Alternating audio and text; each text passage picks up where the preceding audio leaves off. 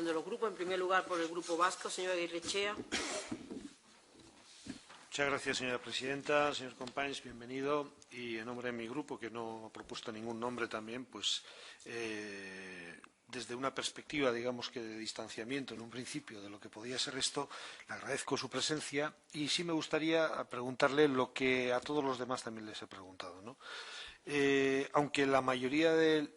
Aunque creo que el grueso de la respuesta la ha dado en su intervención, es decir, yo a todos los demás les he preguntado qué creen cuál debería ser la función principal de los miembros de ese observatorio, independientemente de lo que diga la ley, ¿no? Desde su perspectiva personal, qué es lo que consideran que debería ser su función.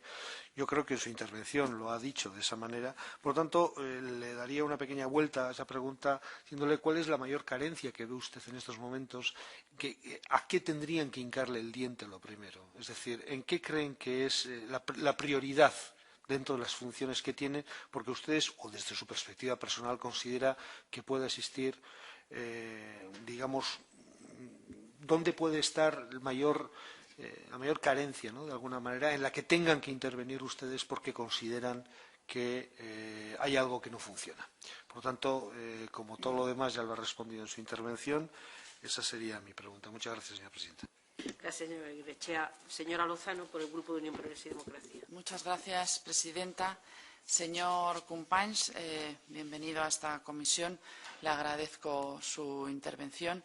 Mi grupo, como sabe, se lo he dicho a los anteriores comparecientes, objeta a la totalidad del procedimiento por el que se ha elegido a los miembros de este observatorio. Nos parece que forma parte de un acuerdo en el que, en primer lugar, se han repartido cuotas, no se ha buscado consensuar nombres, y, en segundo lugar, se ha excluido a grupos como el mío en favor de otros como el que le ha elegido a usted, que tiene, como sabe, menos votos que el nuestro y que, además, sostiene posiciones que, desde mi punto de vista, son incompatibles con la defensa del trabajo de las Fuerzas Armadas.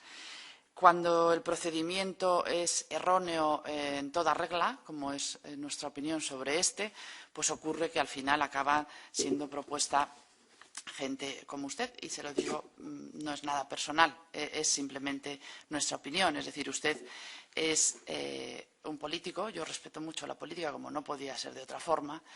Yo también lo soy, o por lo menos lo estoy en este momento de mi vida, pero usted es una persona que ha sido diputado, ha sido senador, ha sido alcalde, ha sido presidente de Diputación. En su currículum hay pocos méritos relacionados con el mundo de la defensa, y lo que sí que queda claro es su vinculación estrecha con el partido que le ha nombrado, que es Convergència i Unió. Por lo tanto, señor Companys, a nosotros nos parece que usted simplemente es el caso personal en el que se revela de la manera más manifiesta y más evidente el fallo de procedimiento que hay en la elección de este observatorio. Y después de manifestarle esto, la única pregunta que le tengo que hacer, que es muy concreta, y sí me gustaría que contestara con la misma concreción con que yo le pregunto, es si es usted partidario de la secesión de Cataluña o no. Gracias. Gracias, señora Lozano. Por el Grupo de la Izquierda Plural, señor Sisto. Gracias, señora presidenta. Señor Companys, benvingut. Solamente una pregunta ante su previsible nombramiento en el observatorio.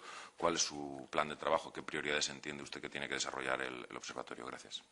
Gracias, señor Sisto. Por el Grupo de Convergència i Unió, señor Guillaumes. Sí. Gracias, presidenta. ¿Guillaumes o Guillaumes? Guillaumes. Gràcies, presidenta. Benvingut, senyor Companys, a aquesta casa que també és seva. Ho ha estat molts anys i és la de tots, també. Bueno, primero de todo, quería hacer una acotación. Nuestro grupo, como representante de varios millones de ciudadanos, tiene los mismos derechos y las mismas obligaciones que cualquier otro, y por un motivo ideológico no se le puede privar de ninguno, y menos que ninguno, el derecho de preposición o de habla. Fin de la acotación. Señor Companys, le iba a preguntar un poco en el mismo sentido, solo que en positivo. La primera pregunta la hago a todos los candidatos, pero bueno, el portavoz del Grupo Vasco me la ha pisado. y por tanto era la misma. O sea, cuáles son las primeras prioridades que entiende que debe realizar este organismo. Y el segundo, positivizando un poco lo que ha dicho la señora Lozano, ¿no? Usted es un hombre de una profunda formación política, de una larga trayectoria política, desde el mundo local al mundo parlamentario. Hemos visto hasta ahora un militar, estrictamente, luego un jurista, y ahora nos encontramos una persona con una trayectoria política.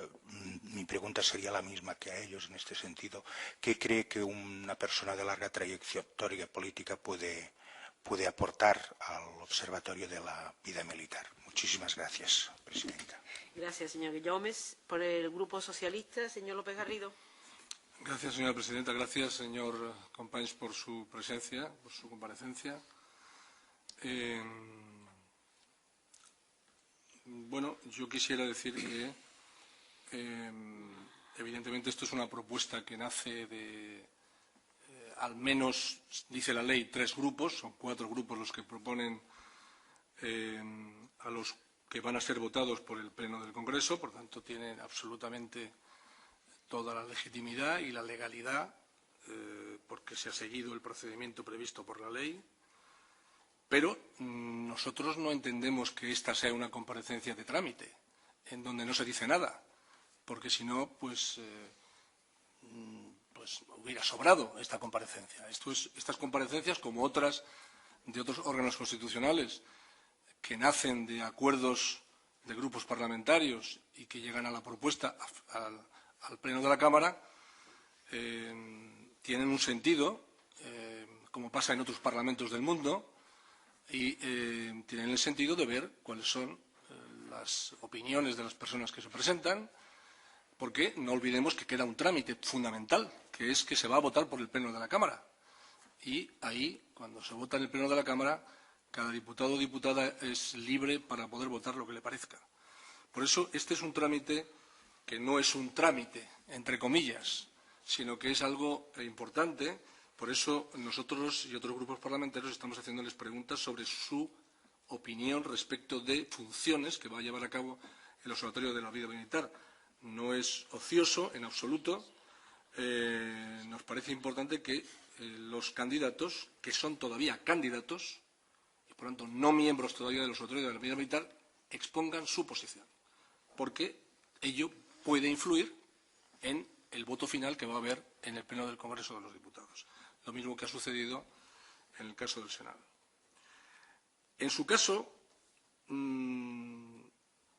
yo, a diferencia de otros grupos parlamentarios, que tienen su opinión absolutamente legítima, veo bastantes ventajas en que usted forme parte del Observatorio de la Vida Militar. Usted ha formado parte de esta Cámara, ha estado en la Comisión de Defensa, aporta, por tanto, una perspectiva diferente a otros miembros del Observatorio.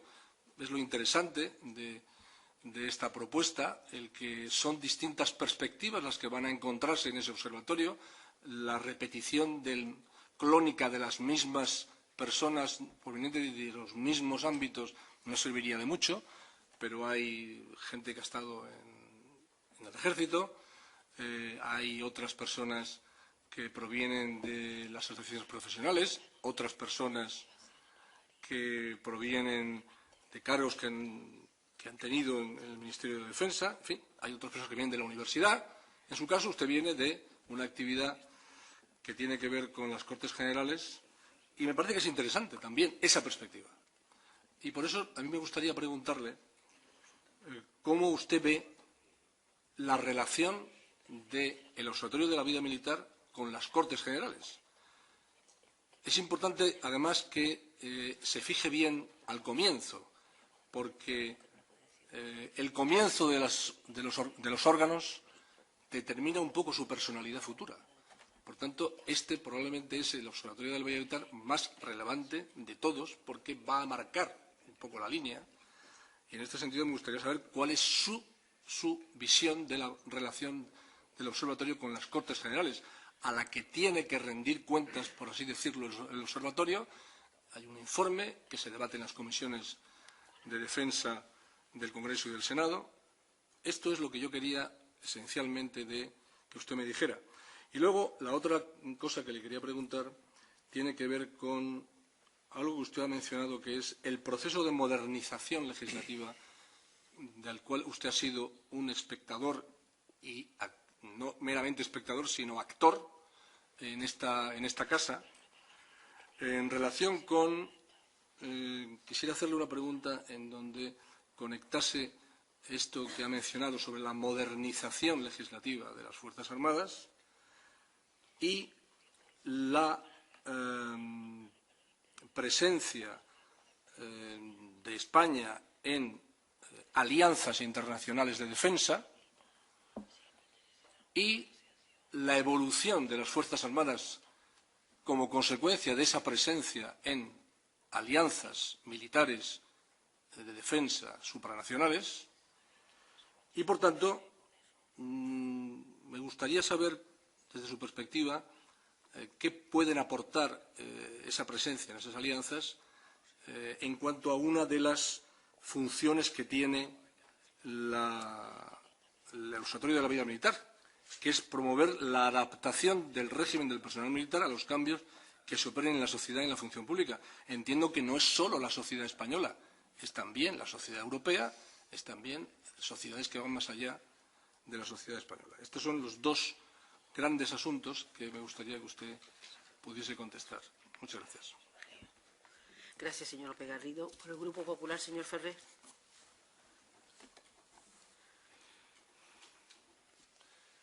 Buenos días, señor Companys. Bienvenido a esta que ha sido durante mucho tiempo su casa, en la que imagino se siente completamente cómodo, ¿no? El Partido Popular es uno de los proponentes de su candidatura. No es una decisión que hayamos tomado a la ligera. Lo ha sido después de un profundo conocimiento y estudio de su currículum, de sus aptitudes. Por tanto, no voy a formularle pregunta alguna. Es decir, le hemos propuesto porque le consideramos idóneo, ¿no? Y esta, evidentemente, no ha sido una decisión precipitada.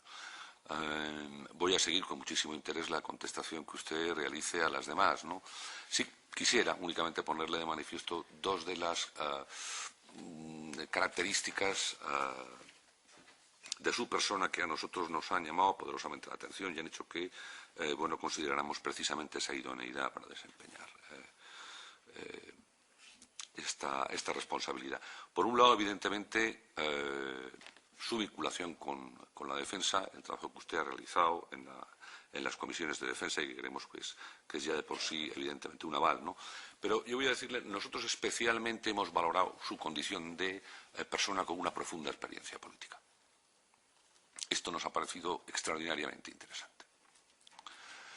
En primer lugar y en general porque nosotros tenemos la opinión de que la actividad política no inhabilita, sino todo lo contrario. Nosotros entendemos que la actividad política es una actividad de extraordinaria nobleza, ¿no?, y dignidad, y que además de entrada nos asegura algunas cuestiones, como es un profundo respeto a las instituciones, que seguro le suponemos, una enorme vocación por el diálogo, la capacidad de consenso y, sobre todo, la clara vocación de entrega a los intereses generales, ¿no? Todo esto creemos que va íntimamente unida a la actividad política. Lo otro no es actividad política, es otra cosa, ¿no? Y, por tanto, nosotros entendemos que ese punto de vista va a ser indudablemente muy positivo para el trabajo que tenga que desarrollar el observatorio, y ha sido para nosotros una de las cuestiones que con mayor interés hemos seguido. Muchísimas gracias. Gracias, señor Ferrer. Pues para cerrar la comparecencia, señor Companys, tiene usted